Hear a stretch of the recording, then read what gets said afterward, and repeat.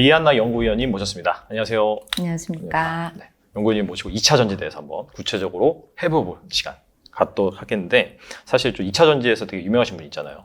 배터리 아저씨라고. 박순용 금양 이사님이 계신데 네. 이사님이 그래도 그 이한나 연구위원님 자료를 상당히 좀 많이 참조를 하고 좋다라고 말씀해 주셔가지고 정말 모셔가지고 감사합니다. 찐 전문가를 오셨기 때문에 네. 제대로 한번 파헤쳐보는 시간을 갖겠습니다.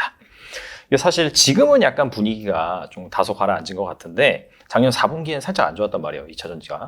그래서 그 논리를 살펴보니까 일단 경기 침체로 인해서 테슬라를 비롯한 완성차 업체들이 이제 가격 인하하면서 그런 단가 인하 압력이 2차 전지에도 미치지 않겠냐. 그래서 그런 부분에 있어서 다소 좀 조정받은 게 있는 것 같은데, 따라서 뭐 2차 전지보단 전기차가 매력적일 수도 있다. 뭐 일각에서는 그런 얘기도 하기도 했어요. 이 부분에 대해서 어떻게 생각하세요?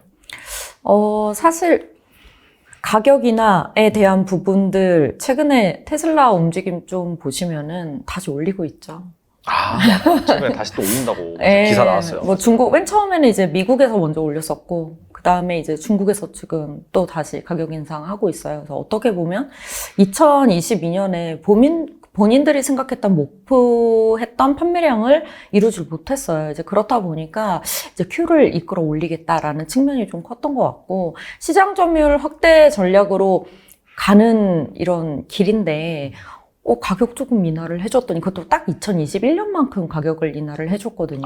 2021년부터 테슬라가 2022년까지 두 차례 인상을 했어요. 그래서 사실 원자재 가격도 많이 올랐었고, 그렇죠. 이제 그런 부분들을 딱 2021년 정도 수준까지만 딱 내려준 건데, Q가 그러니까 대기 시간이 길어졌단 말이죠. 이제 그렇다 보니까 그럼 조금 올려도 되겠네 이러면서 또 이제 올리는 이런 움직임으로 가고 있어요. 그래서 저희가 물론 저희가 이제 분석을 하는 때에는 이제 피해 하락을 염두를 해두고 가격 인하를 염두를 해두고 이제는 보기는 하겠지만 크게 가격 인하 압력까지 CR까지 우리가 생각하는 부분들은 조금 과하지 않나, 이렇게 시기상조이지 않나 이렇게 보이고는 있어요.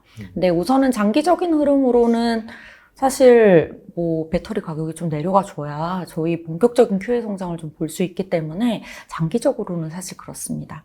그러면은 제가 2023년을 조금 말씀을 드려볼게요.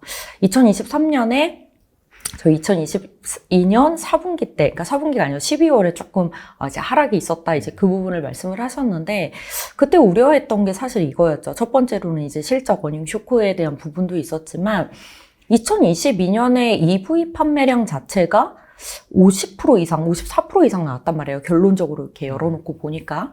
근데 2023년부터는 보조금 폐지한다고 그러고, 중국 쪽에서. 네, 그러면은 Q도 하락할 것 같고, 유럽은 경기 침체 얘기 나오고 있고, 이런 상황 속에서 2022년에는 환율도 좋았고, 원재료 가격이 올라가면서 ASP의 상승도 좋았는데, 올해는 12월을 이렇게 열어놓고 보니 리튬 가격도 좀 내려가고 있고, 거기에 환율도 좀 저조할 것 같고, 그렇다면은 P도 빠지고, 그럼 Q도 빠지고, 이렇다면은 2차 전지 2022년이 피크였고 2023년에 우리 밸류 고민해야 되는 거 아니야? 이러면서 이제 완성차 얘기가 나오기 시작을 한 거예요. 사실 그런 측면이 있는데, 제가 이제 썼던 자료 중에 왜 그런 고민들을 이제 본격 반등하기 전에 그런 생각을 했어요.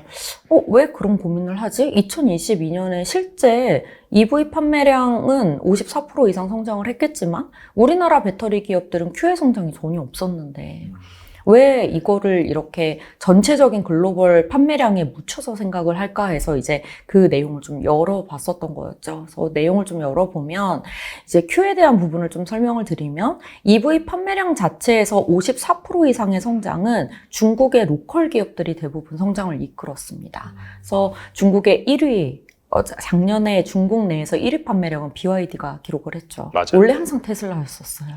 근데 여기에서 거의 100% 넘는 성장을 가져오면서 이제 BYD가 판매량 목표를 이제 이끌었었고, 테슬라하고 거의 맞먹을 정도로 지리 자동차가 3위로 올라왔었어요. 그래서 실제로 이제 중국 쪽에서 BEV 순수전기차 쪽에서는 65% 이상의 성장이 있었고, PHEV 쪽에서도 한 130% 이상의 성장이 있었는데, 거기 대부분의 입금 부분이 다 중국 로컬 기업들이었다는 거예요. 그러면은 이제 테슬라가 그리고 그래도 2위를 차지를 하기는 했지만 뭐 중국 내에서는 그렇게 성장을 했고 유럽을 열어보니까 두 번째로 큰 시장이잖아요. 유럽은 역성장했어요. 마이너스 8% 이상 Q의 성장이 꺾였습니다, 오히려. 아, 감소한지는 몰랐네요. 네, 진짜. 감소했습니다. 그래서 실제 제가 이제 그때 이제 궁금했던 거죠. LG 에너지 솔루션은 최대 실적을 기록을 했는데 Q의 성장 얼마나 있었을까? 이제 궁금해서 이제 모델을 열어놓고 2021년과 2022년에 ASP와 환율을 똑같이 놓고 실적을 봤어요. 그랬더니 Q의 성장이 10% 내외였던 거예요. 아, 그럼 가격 성장이었네요. 네, 맞습니다. 그래서 실제로 Q의 성장은 별로 없었던 애예요. 아, 그리고 이거를 조금 증명할 수 있는 부분이 뭐냐면 이제 포스코 케미칼 실적 4분기 실적을 딱 열어보면서 생각보다 양극재 실적이 안 나왔어요. 그때 이제 포스코 케미칼 쪽에서 이제 코멘트를 했던 부분이 LG 에너지솔 이제 광양 공장 쪽이 수익성이 좋기는 하지만 생각보다 이제는 Q의 물량이 많이 줄었었다. 그 이유는 LG 에너지 솔루션의 폴란드 공장의 가동률이 많이 올라오지를 못하다 보니까 본인들의 이제 Q의 감소 효과가 좀 있었다라는 얘기를 해요.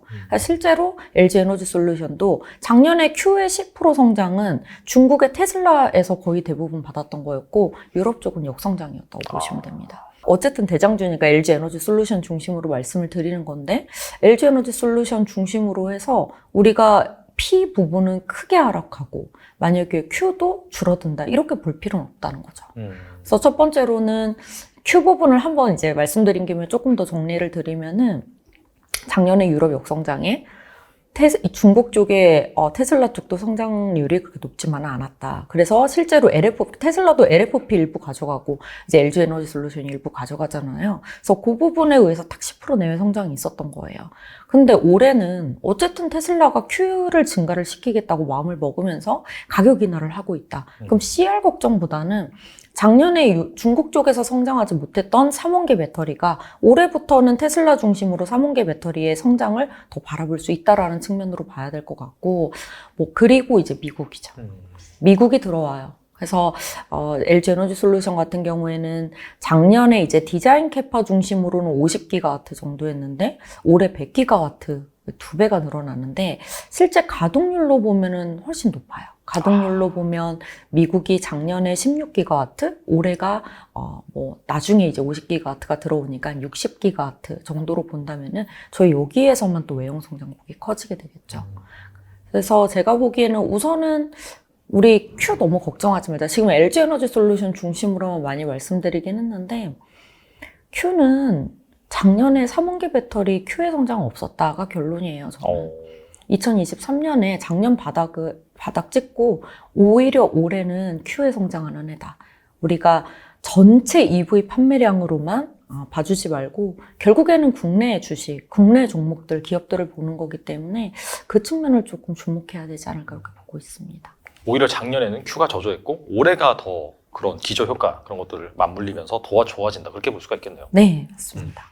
알겠습니다. 그리고 미국에 이어서 유럽 역시 공급망을 바탕으로 한 생산 제품에 대한 혜택을 주는 핵심 원자재법 이걸 이제 발표할 예정이다. 기사에서 계속 나오더라고요. 그래서 이게 약간 좀 국내 2차 전지 업계에 미친 영향이 무엇인지 궁금하거든요. 사실 저희 2022년에 2차 전지의 주가를 크게 상승시켰던 부분은 IRA가 있어요. 맞아요. 네. 그래서 제가 저희 방송하기 전에도 잠깐 말씀드렸지만 네. 미국이 우리를 살렸다 이런 말씀도 드렸는데 그러면서 동시에 올해 그걸 많이 기대를 했어요. 지금 여기 핵심 원자재법에서 CRMA, RMA라고 이야기를 많이를 하죠. 그래서 이 RMA법이 등장하면 2023년은 그럼 RMA 때문에 우리나라 또 2차 전지 기업들이 큰 혜택을 보는 것이 아닌가 이렇게 많이 보시는데 미국의 IRA와 유럽의 RMA는 전 조금 성격이 좀 다르다고 생각을 해요. 성격은 똑같죠. 성격은 똑같은데 혜택을 주는 부분의 레인지가 다르다고 저는 생각을 합니다. 우선은 미국은 플랜트가 거의 테슬라를 제외한 플랜트가 거의 없는 허허 벌판이었어요. 거기에 이제 정치적으로 생각보다 우리가 이제 화석연료 쪽 베이스에서 넘어가서 신재생부터 시작해서 어떻게 보면은 핵심 이 운송수단의 핵심이 될 수 있는 부분이 배터리 쪽으로 넘어가면서 핵심 광물에 대한 리튬 그리고 전기차 쪽에 들어가는 히토류, 그리고 이제 메인이 되고 있는 흑연, 이 세 가지 원자재 중심으로 정치적으로 좀 이용을 하겠다. 그런데 단순히 이렇게만 이용하지 않고 플랜트가 없으니 여기에 완벽하게 중국 공급망을 배제를 시켜버리고 우리가 이제는 뭐 국내 우리나라 기업들 중심으로 해서 아예 탈중국을 전체적인 서플라이 체인에서 가져가겠다라는 게 IRA의 정책의 핵심이었어요. 그래서 그랬기 때문에 우리나라 셀이나 소재 기업들이 수혜를 굉장히 크게 받던 거죠. 수주를 크게 받고. 근데 이제 유럽 같은 경우에는 중국과 우리나라 플랜트들도 이미 많고 그럼 여기에서 배제시킬 수도 있는데 문제는 노스볼트와 같은 자국 내 배터리 기업들도 있어요. 그래서 사실 자국 내 배터리, 유럽 내 자국 내 배터리 기업들을 키우려고 했다가 손해를 본 케이스예요. 이게 맞아요. 네. 맞아요. 그래서 뭐 대부분 다른 노스볼트를 제외하고는 지금 다 파산 얘기잖아요. 브리시트 볼트도 파산했잖아요. 네, 맞습니다. 그러니까 지원을 해주면 되는데 지원 안 해주는 거예요. 아, 그래요? 왜 그러지? 원래 키워준다면서요. 근데 유럽에서 그럼 지원을 해줘야 되는데 보아하니 노스볼트도 제대로 안 돌아가는데 이게 예산만 쓰겠구나 이제 이런 생각들을 좀 하게 된 거고 그래서 이제 왜 이게 도대체 수율이 이렇게까지 안 잡힐까를 열어보니까 사실 이 셀 공정, 이제 배터리 공정이라고 하는 게 굉장히 비효율적이에요. 아, 그래요? 네. 그래서 저희 막 인력적인 문제, 뭐 미국 갔더니 인력적인 문제가 있다, 뭐 폴란드 갔더니 인력 문제가 있다, 맨날 수율 잡는데 인력 얘기가 되게 많이 나오잖아요. 그게 이제 단계별로 대부분 공장을 보면 뭐 반도체 공장도 모르고 대부분 다 완전 자동화 공정이잖아요. 근데 여기는 사람이 너무 단계별로 다 들어가야 되는 거예요. 아, 그렇구나. 그래서 이거에 의해서 수율이 안 잡히고 불량률도 너무 높아지다 보니까 우리나라 이렇게 업력이 오래된 우리나라 배터리 기업들도 지역별로 나갈 때마다 수율 잡느라고 정신이 없는 거예요. 그래서 노스볼트도 뭐 모든 걸 총동원해서 해도 이상하게 안 됐던 부분이 이걸 똑바로 맞추지 않으면은 100% 이제 불량률이 나오면서 수율이 낮아지기 때문에 계속적으로 이제 이익은 보지 못하고 돈만 계속 나가는 거예요. 그래서 이런 문제들이 생기다 보니까 유럽 정부에서 원하는 건 중국의 LFP 그리고 우리나라의 삼원계 기업들이 전부 들어와서 노스볼트와 같은 이런 자국 내 배터리 기업들이 육성할 수 있도록 같이 좀 협력을 해주기를 원해요. 그래서 계속적으로 인력도 좀 공유를 하고 이런 움직임들이 보이다 보니까 RMA 정책 자체는 지금 셀과 소재 막 이런 것들까지 전부 다 탈중국을 시키기 굉장히 애매한 상황이에요. 저는 그렇게 보고 있습니다. 그래서 물론 RMA를 하는 이유 중에는 물론 유럽 같은 경우에는 국민 의식 자체가 굉장히 신재생 의식 자체가 굉장히 높아져 있어. 그린 에너지에 대한 부분이 인식이 높아져 있는데 그걸 떠나서도 지금 미국도 마찬가지고 중국도 마찬가지고 이제 원재료단에 대한 이 정치적으로 이 세 가지 광물을 이용하겠다라는 메탈 전쟁에 들어간 상황이에요. 유럽이 안 들어갈 수 없겠죠. 그래서 안 들어오면 어디서 손해죠. 그래서 들어가서 이제 원자재 중심으로 우리도 요 헤게모니를 찾아보겠다라는 뜻이기 때문에 셀이나 소재까지 탈중국으로 갈 만한 그런 정책을 펼칠 만한 환경이 유럽 쪽에서는 조성이 되어 있지 않다라고 저는 보고 있어요. 그래서 아마도 RMA 수혜를 보는 쪽은 정말 업스트림 단이 아닐까라고 저는 보고 있습니다. 업스트림 땀이라고 하시는 거는 약간 완전 핵심 광물 소재 말씀하시는 그렇죠. 거예요? 근데 이제 우리나라가 그렇게 보기는 쉽지만은 않겠죠. 쉽지만은 않겠지만 왜냐면 이제 유럽은 유럽 내에서도 뭐 리튬, 흑연, 히토류 뭐 이런 쪽으로 이제 히토류까지는 아니더라도 뭐 리튬이라든지 흑연 프로젝트들이 굉장히 많이 일어났었어요. 그래서 이제 본인들 자국 내에서 이제 많이 일어나게 될 텐데 만약에 뭐 우리나라의 뭐 업스트림 단에서 뭐 폐배터리 리사이클링이라든지 뭐 이런 전구체는 그래도 아직은 가공이 있기는 하지만 그 이제 광산에 대한 지분을 많이 가지고 있다든지 정말 이렇게 원재료 쪽에 좀 맞닿아 있는 기업들 제외하고는 뭐 혜택과 수주의 확대에 대한 부분을 크게 너무 긍정적으로 바라보실 필요는 없지 않나 이렇게 보고 있습니다. 그리고 결과적으로 그쪽 가서 뭔가 공장을 짓고 해야 되는 거 아닌가요? 그렇죠. 그러면 약간 유럽 공장을 가지고 있는 그런 기업들이 그나마 좀 좋다라고 볼 수 있을까요? 네, 폴란드 쪽이라든지 약간 많이 가지고 있잖아요. 네, 저는 그렇게 보고 있고요. 근데 이제 미국에서는 수혜가 컸던 게 중국하고 경쟁할 필요를 없게 만들어버렸잖아요. 그렇죠. 근데 여기는 어느 정도 열어놓을 것 같다라는 거죠. 유럽 쪽. 제 생각은. 네. 알겠습니다. 그리고 이제 최근에 그 대규모 공급 계약 이슈가 있었잖아요.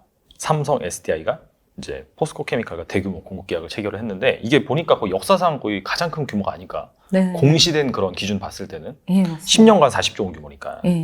그래서 약간 좀 삼성 SDI 투자가 본격화되는 것이 아니냐 그런 기대감이 일고 있거든요. 그래서 삼성 SDI와 관련된 그 밸류체인 볼만한 것도 뭐가 있을까요? 사실 뭐 이미 주가로도 많이 보여주고 있는 지금 에코프로비엠 뭐 이런 쪽이 있겠죠. 그리고 특히나 이제 에코프로부터 에코프로비엠까지 이렇게 수직 계열화가 돼서 이제 공급을 연계시키려는 움직임들이 좀 있기 때문에 아무래도 에코프로비엠 그쪽이 같이 수혜를 볼 수 있는 이런 쪽인 것 같아요. 그래서 제가 보기에는 양극재 쪽이 우선적으로 가장 수혜를 받을 수밖에 없기 때문에 그런 체인들 밸류가 많이 높기는 해요. 높아서 이제 그런 부분들이 좀 걱정이긴 하지만 앞으로 수주가 계속적으로 삼성 SDI 쪽이 확대가 된다면은 우선 양극재 쪽은 이렇게 포스코 케미칼과 에코프로비엠이 좀 듀얼로 가게 되는 이런 흐름으로 가지 않을까라고 보고 있습니다. 그래서 그리고 그 제외하고는 이제 WCP 같은 이런 분리막 기업들이 좀 있겠죠. 그래서 WCP 같은 경우에도 4분기 때 실적도 굉장히 좋았어요. WCP면 중국 기업인가요? 아닙니다. 우리나라 기업입니다. WCP라는 기업이 있어요? 있습니다. 아, 분리막에 그렇구나. 작년에 상장을 했고요. 아, 삼성 SDI 단독으로 들어가는 그러니까 솔벤더로 들어가는 이제 분리막 기업이죠. 아, 그래서 요즘에 이제 분리막 같은 경우에는 사실 뭐 SK온 쪽은 SKIET가 좀 많이 주도를 하고 있고 삼성 SDI는 뭐 WCP 이런 쪽에서 받을 정도로 거의 무슨 내재화되는 느낌으로 이렇게 다 갈려져 있기는 해요. 예전에는 몇 개 기업이 약간 나눠 걷는 구조였다면은 지금 뭐 LG 에너지솔루션 같은 경우에도 LG 화학도 뭐 분리막 직접적으로 하겠다라고 하고 있기 때문에 대부분 이렇게 내재화 느낌으로 많이 가고 있다라고 보시면 되는데 WCP 같은 경우에는 실제로 뭐 좀 이익률도 많이 높은 편이에요. 4분기 때 28% 넘게 나왔습니다. 원래 이제 분리막이 1분기 때 비수기기는 한데 4분기 때 이제 실적이 많이 나오면서 이제 타 경쟁사 이제 분리막 기업하고는 좀 확실히 수익성 차이를 좀 보여주는 대표적인 기업이라고 보시면 돼요. 그래서 그런 기업들도 조금 밸류가 많이 눌려져 있었기 때문에 수혜를 볼 수 있겠죠. 그리고 뭐 여러 가지 서플라이 체인들이 뭐 동박은 또 나눠 갖고 이렇게 서플라이 체인들이 있지만 우선 수주 확대에 의해서 수혜를 받는다라고 보기에는 양극재 쪽 체인들을 보시는 게 제일 편안하기는 합니다. 우선 수주가 가장 클 수밖에 없기 때문에. 내가 좀 궁금한 게 원래 이제 삼성 SDI는 무조건 이제 에코프로 BM이다. 그 그룹과 이제 상당히 좀 끈끈했잖아요. 근데 이제 포스코 케미칼 치고 들어가는 것 자체가 약간 그래서 그 공시가 나오고 다음날 같은 경우에는 에코프로 BM이 하락하긴 했거든요. 3% 정도? 그렇죠. 그게 왜냐면 원래 너 혼자 독식했는데 이제 나눠 먹네? 약간 너의 영향력이 줄어든 거 아니야? 약간 좀 시장에서는 그렇게 생각을 했을 거란 말이죠. 맞아요. 근데 그러다가 며칠 이후에 다시 또 급반등을 하더라고요. 그러면은 그런 것들을 감안하더라도 어차피 이제 시장 자체가 삼성 SDI 밸류체인 자체가 워낙 성장을 할 것이기 때문에 커버가 된다. 이제 그렇게 해석을 할 수 있을까요, 그러면? 우선 삼성 SDI 향은 그렇게 생각하시는 게 좋을 것 같고, 그리고 이제 뭐 포스코 케미칼도 지금 원래는 LG 에너지 솔루션 솔벤더였었는데, 그러니까 단독 고객사였는데 솔벤더라기보다는 단독 고객사에 솔벤더라고 하면 안 되죠. 네. 단독 고객사였었는데 여기서 이제는 고객사를 다변화시킨다는 측면으로 가고 있는 거고, 사실 어떻게 보면은 삼성 SDI는 에코프로비엠과 너무 끈끈한 관계였는데 이제 미국 쪽도 그렇고 정말 지역별로 크게 이제 확장하는 전략으로 어느 정도는 돌아서고 있는 움직임이 있어요. SDI가 프리미엄급의 약간 소량 공급 이런 식으로 저희가 많이 생각을 하는데 이제 미국 쪽에 들어가서 확장을 시키면은 이게 단독으로 이렇게만 계속 엮여가서는 이제는 공급이 좀 부족할 수 있겠다라는 생각을 했다고 보시면 될 것 같아요. 그래서 사실 뭐 하이니켈 쪽 듀얼로 들어가야죠. 셀 기업들 입장에서 그렇죠. 맞죠. 어떻게 계속 단독으로 데리고 갑니까? 그거는 이제 비용적인 측면에서도 이게 벤더를 좀 늘리는 게 맞기 때문에 우선 삼성 SDI 쪽만 보실 때에는 여기가 Q그로스가 줄어든다. 그러니까 물론 증가할 때마다 항상 단독으로 들어가니까 우리가 이 외형 성장에 대한 기울기를 굉장히 가파르게 좀 생각을 해줬다면은 그 부분이 슬로우해질 수는 있겠지만 삼성 SDI가 수많은 수주들을 받으면서 양쪽 듀얼로 가게 된다면 SDI 향으로 인해서 외형 성장이 꺾이지는 않는다는 거죠. 그리고 기존에 받았던 수주가 뭐 갑자기 줄어드는 것도 아니고. 그래서 기존에 있는 데에서 그대로 Q의 성장이 있는데 포스코 케미칼 대비 밸류를 봐도 EV/EBITDA 기준으로 이제 멀티플을 보시면 포스코 케미칼이 2024년에 EV/EBITDA 35배가 넘어가요. 그리고 에코프로비엠은 근데 그때 당시만 하더라도 한 12배, 13배? 지금 한 20배 가까이 올라왔는데 네네. 이 정도 차이가 나다 보니까 그러면은 얘가 굳이 그렇게까지 밸류를 낮게 받을 이유가 있나? 첫 번째. 그리고 SDI만 있지 않다. 다른 완성차 기업들하고도 굉장히 컨택이 좀 있는 것 같던데 그렇다면은 오히려 이 에코프로비엠이라는 양극재 기업도 고객사 다변화가 지금도 SK온과 에코프로비엠으로 가고 있는데 추가적인 다변화를 우리가 기대해 볼 수 있지 않겠느냐 이런 부분들이 좀 엮여져 있다고 보시면 될 것 같습니다. 알겠습니다. 역시나 이제 뭐 양극재 밸류 체인이 가장 좀 부각을 받을 것 같고, 근데 WCP 이거 좀만 여쭤보고 싶은데, 네. 사실 SK온과 관련된 밸류 체인, SK IT 테크놀로지 같은 경우에는 사실 상당히 안 좋았잖아요, 실적이. 네. 근데 여기는 이렇게 좋은 게 삼성 SDI가 결과적으로 이제 배터리 부분에서 흑자를 냈기 때문에 좋다고 그렇게 볼 수 있을까요? 아니에요. 이게 분리막 쪽 같은 경우에는 이 라인을 좀 보시면은 중간에 어차피 PE 소재, 폴리에틸렌 소재에다가 이제는 세라믹 코팅을 좀 입히는 건데 최근에 이제는 듀얼 코팅보다는 이제 단면 코팅이 제일 많고 듀얼 코팅으로 일부 가는 이런 움직임이잖아요. 근데 이제 듀얼 코팅도 하다 보니까 어쨌든 SK IT나 뭐 WCP나 뭐 이런 데도 전부 다 듀얼 코팅 기기가 있어요, 장비가. 근데 이제 WCP 같은 경우에는 이제 분리막이 기술적으로 이제는 더 업그레이드 되기는 사실 쉽지만은 않거든요. 이미 경제성도 다 달성을 했고. 그럼 분리막에서 우리가 잡아야 되는 건, 기업들이 잡아야 되는 건 원가율을 낮춰서 해마다 떨어지는 ASP에도 불구하고 마진을, 수익성을 볼 수 있어야지만이 계속적으로 공급을 확대를 할 수가 있는 거예요. 그게 핵심인 건데 이 듀얼 코팅 기기를 개조를 했어요, WCP가. 개조를 해서 원래 듀얼 코팅 기기에다가 예를 들어서 저희 원단 2개를 집어넣고 코팅제를 이렇게 집어넣었어요. 그럼 얘네들이 이렇게 나오다가 한쪽이 막 어그러졌어요. 그럼 2개 분량인 거예요. 그렇구나. 그렇죠. 이게 조금 빨리 하려다가 수율이 안 잡힌단 말이에요. 근데 이걸 개조를 해서 그렇게 원단 2개 넣고 코팅제 2개 넣어서 수율이 되게 높아요, 얘네가. 그럼 자체적으로 기술력을 갖춘 거네요. 그렇죠. 약간 개조 기술력에다가 수율을 좀 안정적으로 잡고 가는 그런 부분들이 조금 있다라고 보시면 될 것 같아요. 그래서 물론 SK IT 같은 경우에는 이제 저희 분리막 쪽에서는 사실 그 고정비 베이스가 굉장히 높잖아요. 감가상각비 베이스가 굉장히 높은데 그 부분들이 좀 많이 쌓여 있는 게 SK IT기는 해요. WCP는 아직은 이제 성주 공장 일부에 이제 들어가는 그런 부분이 있기 때문에 감가상각비에 대한 고정비에 대한 부분이 그렇게 크지는 않기 때문에 이익률 차이가 좀 나는 부분도 있어요.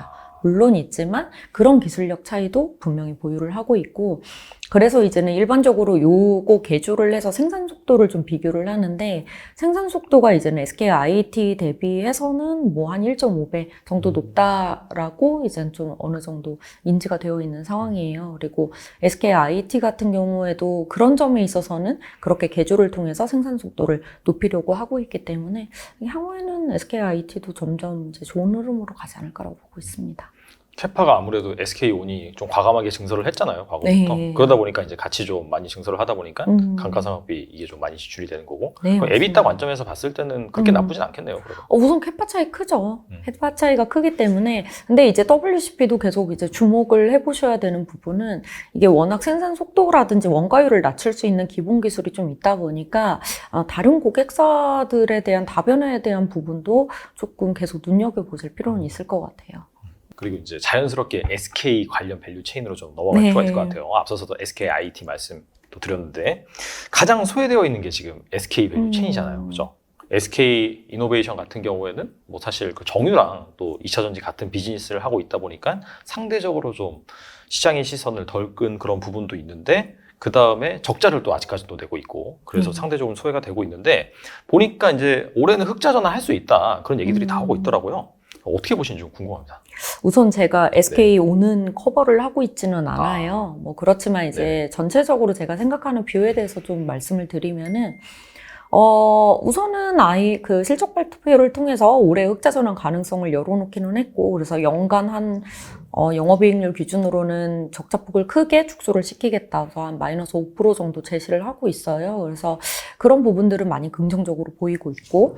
하지만 이제 그럼에도 불구하고 왜 그날 그렇게 주가가 많이 빠졌을까라는 부분을 생각을 해보면 사실 가동률이 항상 문제였었거든요. 그 수율에 대한 부분이. 근데 그 수율에 대한 부분에 대한 질문에 조금 명확한 대답이 없었어요. 그렇다 보니까 여전히 불확실성이 좀 깔려 있는 거 아니냐 이런 부분들이 있습니다.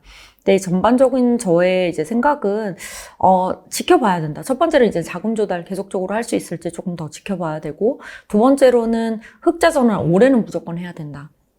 올해 하지 않으면은 지금 사실 가격 계속적으로 조금 내리고, 올해야 뭐 원재료 가격도 높고, 뭐 작년과 올해 같은 경우에는. 그래서 아마 P가 빠지는 부분도, 이제 ASP가 그러니까 하락을 하는 부분도 제한적이기는 하겠지만, 우리가 뭐 내후년, 솔직히 2025년 가면은 가격 많이 빠져야 되거든요. 배터리 전체 가격 네, 자체가. 그렇죠. 그랬을 때 내년까지 만약 올해 흑자 전환 못하고 내년에 가서 흑자 전환 막 시작을 한다고 해서 이게 회복할 수 있을까? 다른 물량들을 끌어와서 점유율을 확대를 해가면서 그 완성차 기업들이 안정적으로 안심을 하고 수주를 확대해 줄 수 있는 그런 국면으로 갈 수 있을까에 대한 고민들이 사실 되는 거죠. 그렇다 보니까 그래도 올해 흑자 전환 되는 거는 좀 확인하자라는 분위기가 좀 있기는 합니다. 아직 수율에 대한 명확한 그런 답변이 없었기 때문에. 그게 이제 있었다면은 조금 가시적으로 이 정도 되면 이제 흑자 전환이 가능하겠구나. 그러면은 올해부터 이제 수주 본격적으로 받고 2025년부터는 미국 내에서도 수주 더 확대를 해서 이제 캐파를 더 확대를 해서 이제 규모의 경제로 가는 이런 흐름으로 가야 될 텐데라고 생각을 하는 건데, 이렇게 흑자 전환이 지연이 되게 되면 완성차 기업들이 가뜩이나 자금적인 문제, 그러니까 배터리를 안정적으로 공급받고 싶어 하잖아요. 미국 내에서는 지금 수요 대비 공급이 50%도 채 미치지 못하거든요. 그래서 지금 뭐 LG 에너지 솔루션한테도 이제 수주를 더 주고 싶은데 본인들은 이미 너무 많이 받은 거예요. 그래서 판가 우리 뭐 예를 들어서 얼티엄 셀지 1, 2, 3 공장만큼 판가 못 맞춰주면은 우리 안 할 거야. 약간 이런 식이 돼버리니까. 갑이네요, 갑 완전. 그죠, 갑이에요. 진짜 갑이에요. 그래서 이제 뭐 세컨 밴더를 이제 삼성 SDI 아니면 SK 오늘 보고 싶은데 안정적인 수주를 주고 그다음 안정적으로 공급을 받고 싶기 때문에 지금 SDI 쪽으로 많이 눈길이 가는 거죠. 그래서 SI 관련해서 막 이렇게 계약 소식이 나오고 증설 얘기도 나오고 하는 거군요. 그렇죠. 그래서 그 부분들을 조금 올해 안에는 해결을 해야지만이 수주를 좀 더 확대를 하고 우리가 앞으로의 외형 성장을 좀 바라볼 수 있지 않을까라고 보고 있습니다. 그렇다면은 그 SK온 관련 밸류 체인 있잖아요. SKC 여기가 이제 동막 관련 체인이고 또 SKIT는 뭐 분리막 관련 체인인데 이쪽도 사실 그럼 SK온과 운명을 같이 한다 이렇게 볼 수 있을까요? 그러면? 조금씩은 우선은 SKIT 같은 경우에는 SK온 쪽 물량이 대부분이기 때문에 그렇게 할 수 있다라고 볼 수는 있습니다. 그렇지만 뭐 SKIT 자체가 글쎄요. 고객사 이거 되게 말이 조심스러운 것 같아요. 정말 조심스러운 것 같아요. 왜냐하면은 고객사 다변화도 충분히 가능할 수는 있을 것 같은데 아까 앞서서 말씀드렸듯이 분리막 쪽이 되게 내재형 움직임으로 많이 가고 있어요. LG 에너지 솔루션, LG 화학이 있고 그리고 SKO는 SKIT, WCP는 삼성 SDI 뭐 이런 흐름들이 좀 있기 때문에 그렇게 그럴 가능성들이 좀 있긴 하다. 하지만 정말 아까 말씀드렸듯이 수익성이 되게 중요해요. 그러니까 만약에라도 이 고정비 베이스가 조금씩 줄어들면서 지금 현재 이 SKIT 같은 경우에도 아까 말씀드린 그 듀얼 코팅 기기를 개조를 해서 들어가는 이제 생산 속도를 높이는 그걸 지금 기술 개발을 하고 있거든요. 그리고 어느 정도 올해부터는 그 기기를 사용을 할 수 있다라고 얘기를 하고 있기 때문에 그런 대표적인 기업이 된다면은 사실 글로벌리 탑이거든요. 그래서 고객사 다변화에 대한 부분까지도 우리는 고려를 할 수가 있게 되는 거죠. 그래서 뭐 SK온이 그렇기 때문에 SKIT도 운명의 같이 돼.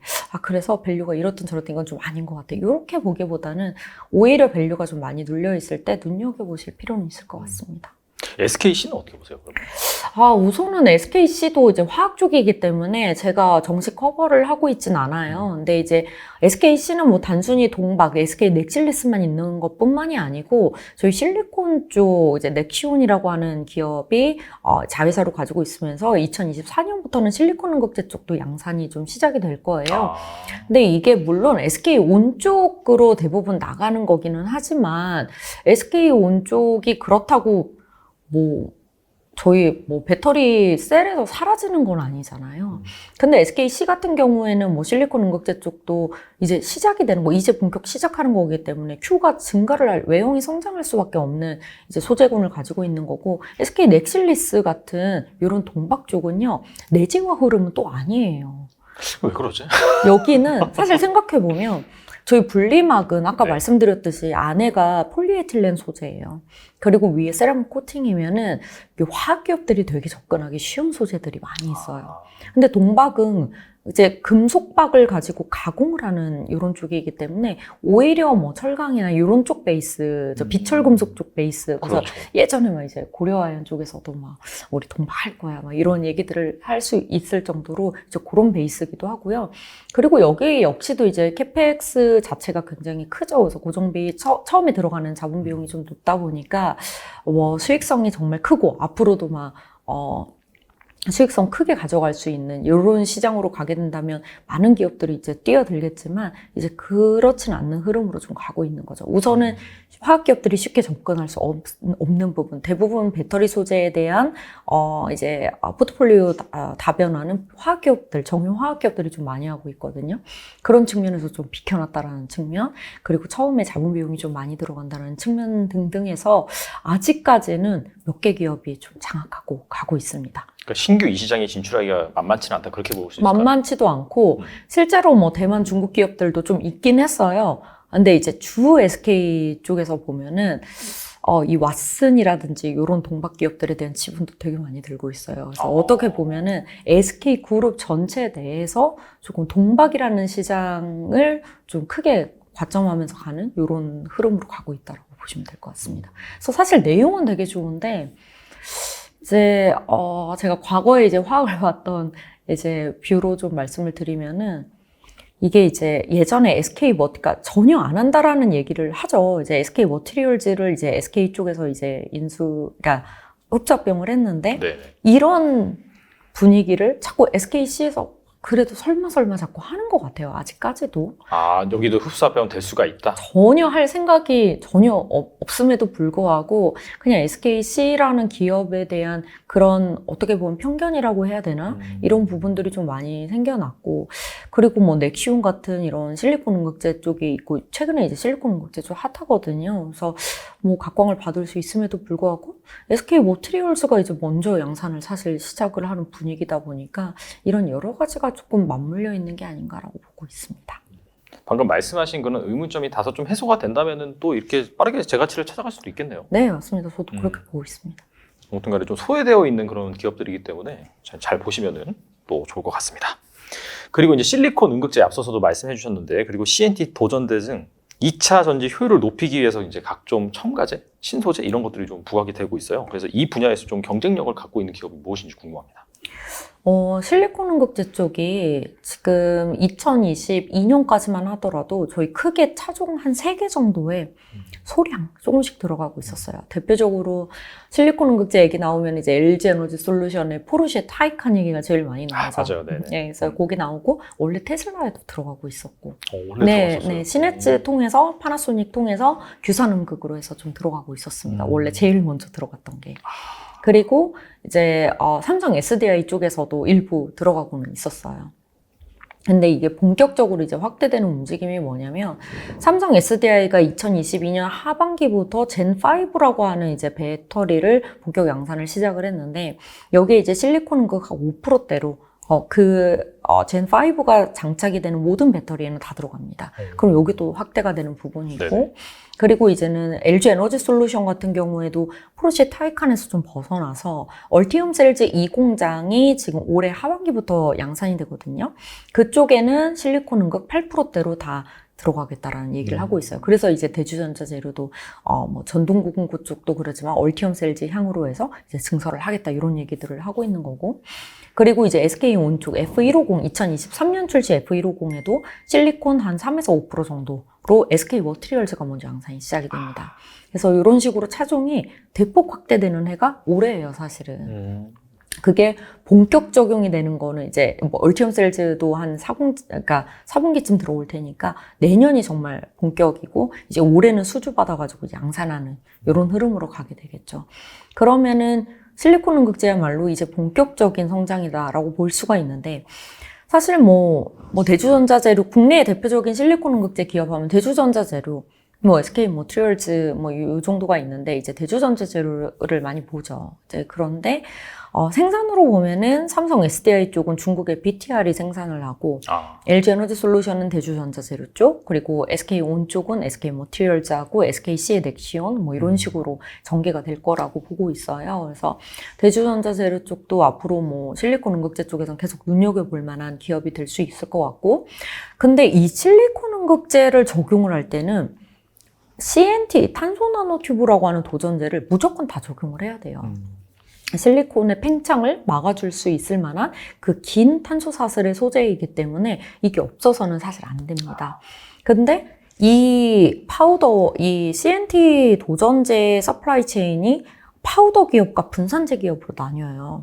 이제 CNT 이 탄소 나노 튜브라고 하는 파우더를 가져오는데 이게 실제로 이제 현미경으로 보면 이렇게 굉장히 긴 실 모양처럼 되어 있어서 얘네가 굉장히 잘 엉켜요.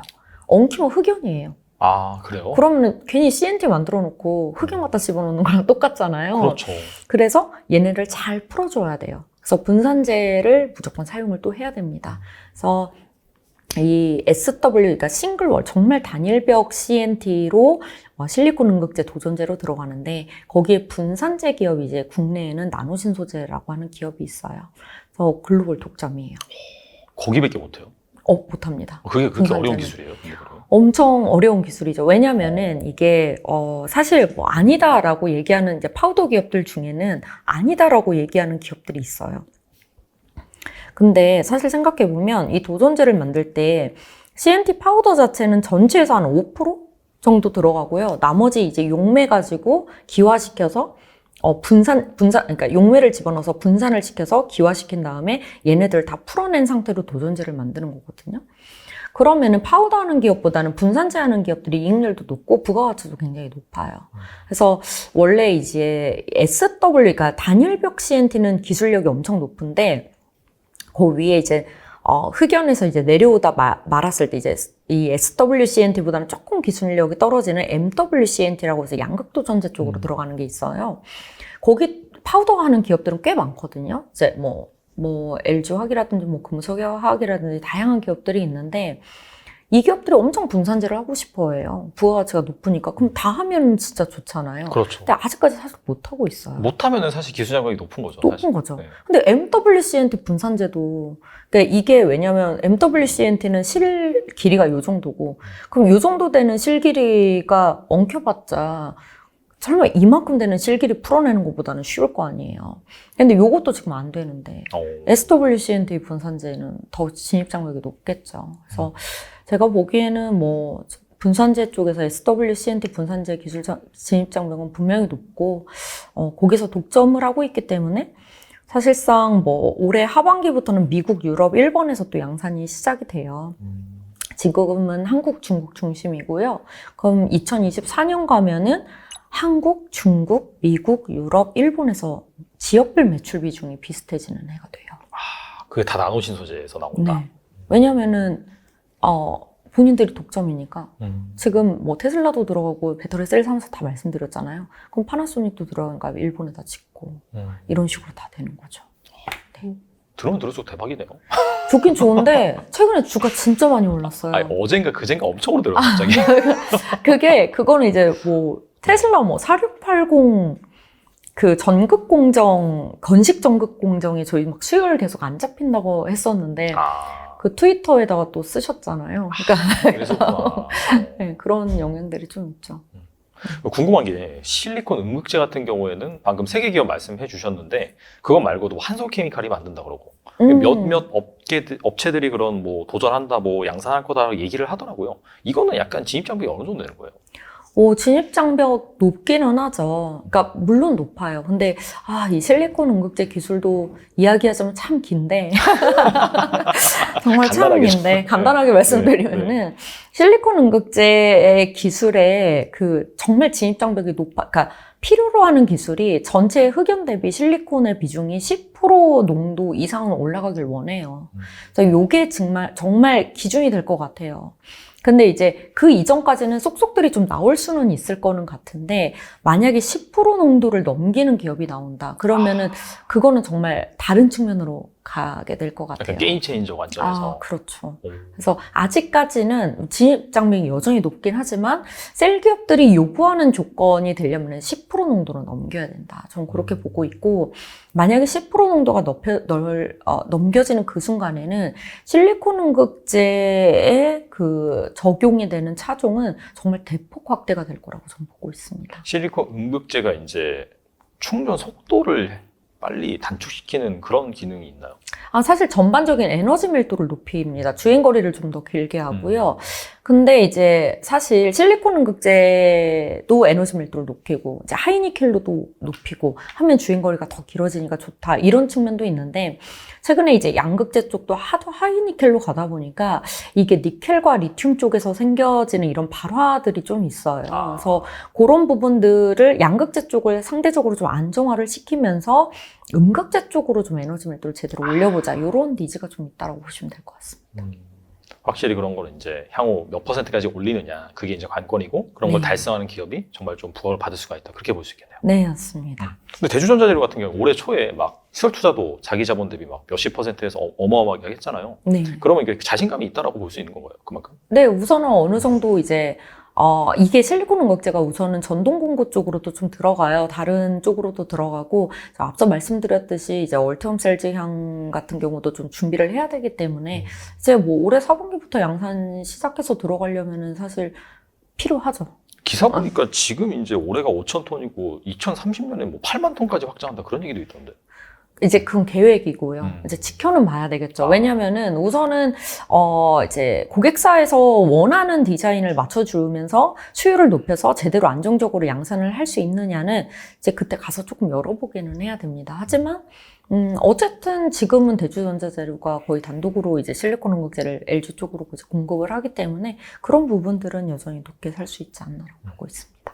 알겠습니다. 2차 전지도 약간 보시다시피 연도가 바뀌면서 좀 발생하는 그런 기술이라든지 성장하는 부분이 좀 달라지고 하다 보니까 그런 것들 잘 보시면은 또 재밌지 않을까 생각이 되고요. 그 다음에 향후 2차 전지 시장이 메모리 반도체 시장보다 커질 것이다 이런 전망이 나오고 있거든요. 그래서 이렇게 된다면은 2차 전지 업체 중에서 정말 반도체 대표 기업들 뭐 SK 하이닉스는 이미 지금 제쳤죠. 사실 뭐 삼성전자까지 제치는 것이 아니냐 그렇게 이제 얘기한 분들도 계신데 이게 앞지르는 기업이 나올 수 있을까요? 우선은 저희 침투율 기준으로 뭐 한 10% 넘어갔다라고는 하지만 아직 멀었잖아요. 사실 계속 올라가야 될 거 아니에요. 그래서 그런 측면으로 보면은 벌써 뭐 140점 넘어가는데 뭐 계속 캐파 증설하고 하면 가능하지 않을까 이제 이런 생각들을 하는 건데 그렇죠. 솔직히 아직은 잘 모르겠어요. 저도 이제 이게 어떤 식으로 또 저는 여러 가지 이제 변수가 있다라는 생각은 하기 때문에 앞뒤를 수 있어요. 이런 거는 굉장히 조심스러운 것 같고 근데 분위기를 보면 저희 이제 기관 투자자 입장에서도 보면은 지금 예전에는 막 삼성전자 비중 막 이런 것들 되게 많이 생각을 했는데 그만큼 중요해진 게 LG에너지 솔루션이 돼버린 거예요.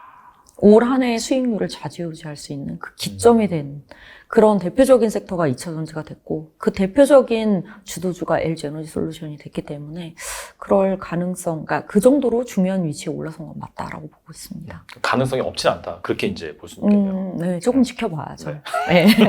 알겠습니다. 관리고 요거는 제가 질문지 없긴 한데 혹시 이제 그 답변이 가능하시면 해주시면 좋을 것 같은데 차세대 배터리에 대한 관심도 사실 한 작년 한 상반기까지는 되게 컸던 것 같아요. 그러다가 이제 점점 관심이 없어지면서 전반적으로 LFP랑 NCM 3원계 쪽으로 가긴 하는데, 뭐 리튬만 배터리가 될 수도 있고, 또 전고체, 꿈의 배터리. 사실 일본이나 뭐 도요타나 파나소닉 같은 경우에는 아예 그냥 그쪽부터 계속해서 연구를 하고 있다, 뭐 라는 얘기도 들리고 있고. 그래서 이거 뭐 상용화가 지금 뭐 가능한지, 가능하다면 언제쯤 될 수 있을 것인지, 뭐 그때 되면 사실 2차 전지 투자 전략이 바뀔 수도 있잖아요. 그렇죠. 이런 부분에 대해서 어떻게 생각하세요?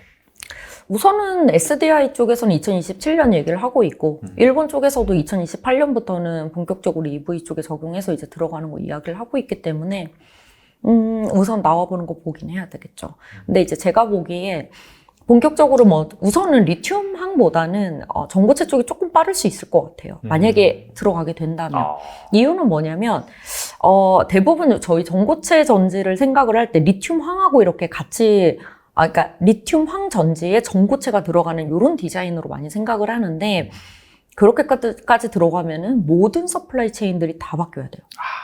그러면은 솔직히 완성차 기업들도 마찬가지고 셀 기업들도 마찬가지고, 특히 완성차 기업들은 그 서플라이 체인 공급만 어떻게 다 관리를 하겠어요. 전환 비용이 말도 안 되게 높겠네요. 네, 정말 획기적으로 단위당 그 에너지 비용 자체가 엄청나게 지금 50% 이상 싸진다. 저렴해진다. 그러면 해볼 만도 하겠죠. 근데 쉽지는 않을 거예요. 그리고 뭐 지금 화재가 정말 너무 많이 나서 사람들 막 타기만 하면 위험할 정도로 예전에 리콜 나오는 만큼 그 정도라면 모르겠는데, 사실 지금 서플라이 체인들 가지고 지금 리튬 이온 배터리 가지고 어느 정도 안정성을 잡아가고 있거든요, 사실은. 그리고 두 번째로는 LFP가 있어요. 그러니까 LFP, 지금 실리콘 응급제 얘기도 잠깐 나왔는데, LFP 배터리에 실리콘 응급제를 적용을 해서 실제로 2024년 가면은 킬로그램당 260와트시라는 에너지 밀도를 기록을 할 수가 있어요. 그러면 3원기 배터리에서 NCM6들도라고 에너지 밀도가 똑같아지고, LFP의 셀토팩, 셀토 바디까지 가게 되면 에너지 밀도가 더 높아져요. 그러면 안정성을 LFP와 기존의 서플라이 체인 가지고도 잡을 수가 있는 거가 되잖아요. 그래서 제가 보기에는 전고체 전지는 우선은 2027년에 뭐 나오겠지만, 그때 이제 그 2026년이나 2025년 뭐 하반기부터 계속 눈여겨봐야 될 거는 이제 얼마나 에너지 비용이 낮아질 수 있느냐. 그런 부분들이 핵심이 될 것 같고, 다만 사실 안정성 때문에 나오는 배터리인데 그게 LFP와 실리콘 응급제가 잡아줄 수 있다면은 점점 상용화는 멀어질 수 있겠다라는 생각을 하는 거예요. 그리고 이제 경제적인 부분으로 봤었을 때도 완성차 기업들이 이 서플라이 체인망을 다시 구축하는 데에는 다소 힘들기 때문에 정말 획기적인 비용 절감이 있어야 되지 않을까라고 보고 있습니다. 그럼 달리 말한다면 LFP 같은 경우에는 앞으로도 계속해서 약간 헤게모니를 가져갈 수 있다, 이렇게 보시는 건가요? 3원계에 대비해서? 우선은, 굉장히 조심스러운 발언인 것 같아요. 조심스러운 발언이지만, 아예 강과는 하지 말자, 이렇게 말씀드리고 있어요. 왜냐면 아까 말씀드렸듯이 에너지 밀도가 지금 실리콘 응급제 기술이 계속적으로 올라오면서 어느 정도 이제 LFP 쪽에서도 에너지 밀도가 좀 올라오고 있죠. 그러니까 LFP 양극재 쪽이 에너지 밀도가 올라온다기보다는 LFP도 뭐 LFMP도 있고 뭐 여러 가지 이제 양산이 되면서 어느 정도 높아지긴 하겠지만, 실리콘 응급제가 올라와주면서 전반적인 에너지 밀도가 높아지는 측면이 있어요. 그리고 사실 딱 2년 전만 하더라도 저희 ESS 쪽에서는 LFP는 ESS 못 만든다는 얘기까지 나왔었어요. 왜요? 그 당시에 뭐 LFP 가지고는 원래 만들 수가 없는 거래요, ESS는. 그때는 그렇게 이제 많이 시장에서 파다했었죠. 지금 ESS, 그 당시에 이제 2021년이죠, 벌써. 2020년 하반기 2021년에 제가 계속적으로 얘기했던 건, 사실 왜 ESS는 특히나 부피도 크게 만들면 되고 안정적으로 만들어야지 훨씬 좋은 건데 LFP가 왜 못 만드냐, 이게 항상 의문이었었는데 지금 LFP가 다 하고 있잖아요. 그런 부분들도 생각을 하면은 아예 강과는 하지 말자. 하지만 3원계는 미국 시장이 크게 열려 있어요. 그래서 저희 막 체인저가 돼가지고 뭐 LFP가 막 점유율이 크게 확대가 되고 이쪽이 죽는 거 아니야, 벌써 그렇게 생각하기보다는, 그렇지만 우리가 앞으로 이렇게 변해가는 모습들은 끊임없이 좀 체크를 해야 되지 않나라고 보고 있습니다. 알겠습니다. 그리고 2차 전지도 이제 언젠가는 성장률이 둔화되고 공급 과잉이 찾아올 수가 있잖아요. 물론 이제 앞으로 뭐 모든 차가 전기차로 대체된다라고 하면은 한참 남았긴 한데 또 이게 그런 시장의 성장과 주가의 관계는 또 약간 별개일 수가 있잖아요. 네. 주가가 먼저 선반영을 하다 보니까 어느 순간 성장률이 둔화되면은 그런 것들을 빠르게 인식을 해서 또 멀티플로 확 뺄 수도 있는 거고. 그래서 이것도 약간 좀 조심스러운 지문인 것 같긴 한데 한 공급광이 찾아오는 시기는 언제쯤 보시는지 궁금합니다. 이게 사실 추정하는 기관들마다, 리서치 기관들마다 수요에 대한 추정치가 굉장히 많이 다르기는 해요. 그리고 매해 지역별 수요에 대한 추정치는 매해 올라가고 있습니다. 떨어지진 않고 있어요.